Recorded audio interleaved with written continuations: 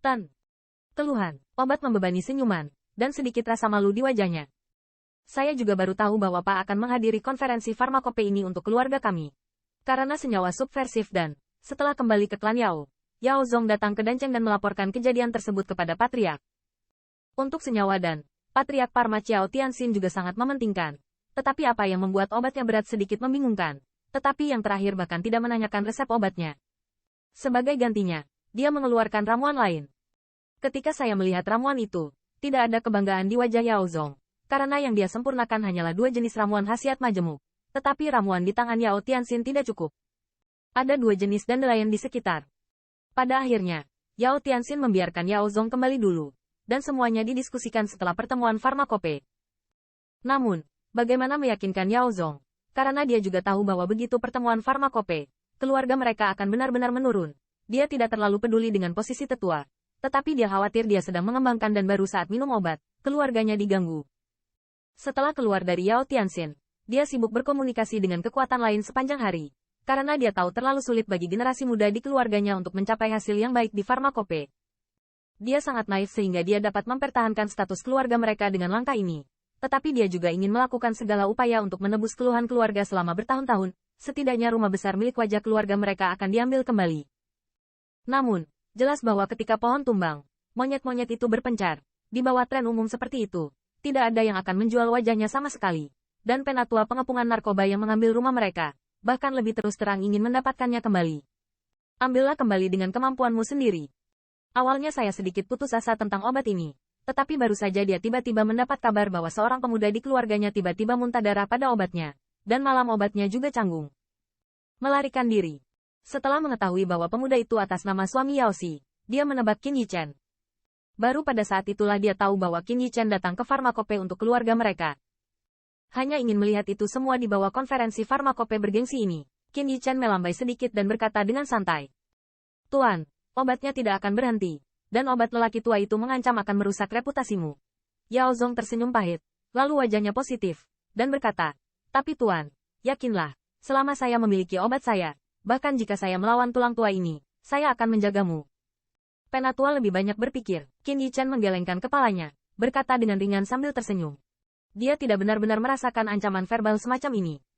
Lagi pula, saya tidak tahu berapa banyak orang yang ingin menggunakan dia sebagai batu loncatan, dan bahkan jika namanya diteruskan, bahkan di antara klan narkoba, pembangkit tenaga listrik yang tak terhitung jumlahnya ingin menyerangnya. Penatua, bukan? Mendengar kata-kata Yao Zong, Yao Xuan bertanya-tanya. Dia tahu bahwa meskipun berat obatnya kecil, karena tes oleh Federasi Pemurnian Pil dari Serikat Pekerja, tidak cukup untuk membiarkan Penatua Yao Ji yang berbobot tinggi mengeluarkan kata-kata kasar seperti itu. Mengenai pertanyaan Yao Sun, Yao Zong tidak dapat menahan diri untuk tidak memelototinya, dan dia dapat melihat bahwa Yao Sun mungkin tidak tahu apa yang terjadi di Danfu Exchange. Ketika 3 orang berjalan perlahan ke lobi, Yao Zong juga berbicara dengan transmisi suara Yao Sun tentang sesi perdagangan Qin Yichen di pagi hari. Mendengar berita ini, Yao Sun kaget ke tempatnya. Namun, di kedalaman matanya, masih ada warna bahagia yang sulit disembunyikan. Menggabungkan Yowen dan Yaoye ke dalam itu, adegan itu, hanya dengan memikirkannya, membuatnya merasa nyaman untuk sementara waktu, dan bahkan Yao Sun menyesal tidak pergi dengan Qin Yichen. Lagi pula, selama bertahun-tahun, mereka selalu diintimidasi oleh teks pengobatan. Ketika mereka melihat yang terakhir, mereka harus berkeliling. Bagaimana pernah ada kegembiraan seperti itu? Adapun kata-kata kasar dari tetua Yao Jing, meskipun Yao Sun khawatir, apakah kakak ketiga ini masih mendukungnya? Ya, Pak, farmakope akan dilakukan lusa. Kamu harus berhati-hati. Setelah sedikit mengeluh, Yao Zong mengingatkan, kali ini, ada banyak kuda hitam di farmakope. Oh, siapa di sana? Qin Yichen mengangkat alis sedikit dan bertanya sambil tersenyum. Ada 2 penatua yang menerima 2 murid langsung di luar. Mereka semua adalah master pil tingkat menengah surga. Obat menimbang kepala dan mendesah. Heaven Grade menengah, tetapi 2 orang luar. Saya khawatir pada konferensi farmakope, ini juga akan membuat keluarga obat agak memalukan. Kekuatan roh seperti itu cukup untuk mencapai hasil yang luar biasa di farmakope. Yah, apakah masih ada? Qin Yichen sedikit mengangguk, tapi wajahnya tidak sama sekali. Ekspresi apa yang berfluktuasi, Heaven Grade tidak cukup untuk mengancamnya. Yang terbaik dalam hal ini tentu saja adalah orang-orangku. Melihat ekspresi Qin Yichen, Yao Zong juga sedikit terkejut. Segera, dia terlihat sedikit kental dan berkata, bakat bawaan pria itu tidak kurang dari ketika saya masih muda. Dan bahkan desas-desus di klan, Dia telah menjadi klan narkoba kami selama 100 tahun.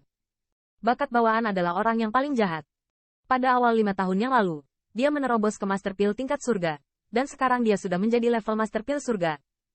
Oh, mendengar ini, mata Qin Yichen juga sedikit terpana, dan kejahatan semacam ini sungguh luar biasa. Yang paling penting adalah pencapaian spirit power orang itu. Yao Zong terdiam, dan akhirnya menderita sambil tersenyum. Dikatakan bahwa dia mengalami sedikit kemunduran dalam beberapa tahun terakhir. Tetapi pada akhirnya, dia hanya mengalahkan Heart Demon, spirit power menyelesaikannya. Dan bahkan menerobos ke dewa tingkat.